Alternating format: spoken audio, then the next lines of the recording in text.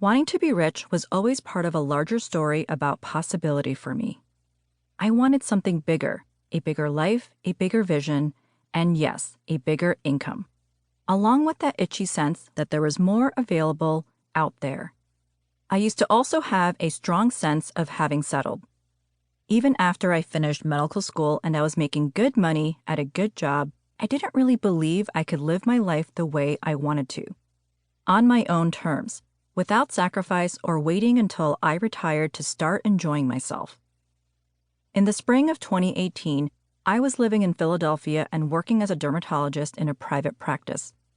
It was a life I'd gone into medical school and a lot of debt to achieve. I wasn't loving it, but I wasn't sure anyone really loved their life. Besides, what I had was certainly good enough. I wasn't yet bringing in more than what the practice was paying me, so there was a deficit I needed to make up. But my contribution was increasing steadily. If I stayed where I was through the end of the year, I'd be making enough to pay them back and have my salary where I wanted it to be. Despite it being only 7 more months, I was restless. I didn't want to spend another 3/4 of a year just trying to get where I wanted to be. I'd always followed the prescribed path, and thinking about taking a different route was scary.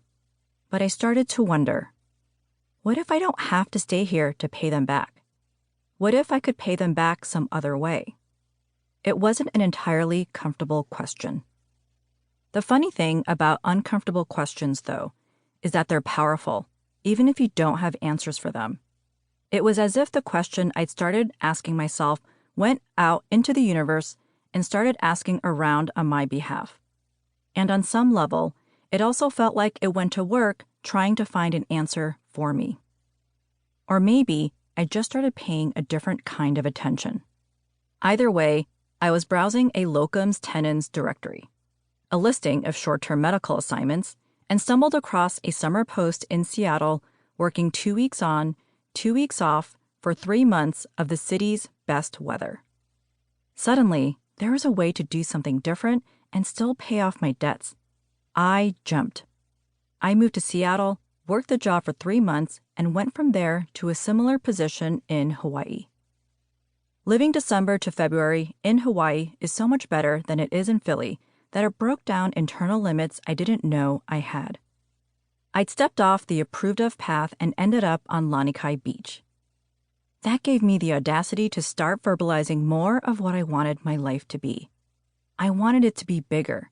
I wanted a stronger sense of purpose, a deeper internal peace, and much more money. I got bolder. I got ambitious, not just for myself, but for other successful Type A professional women living with that itch for more, feeling like they'd settled, gotten stuck, or fallen behind.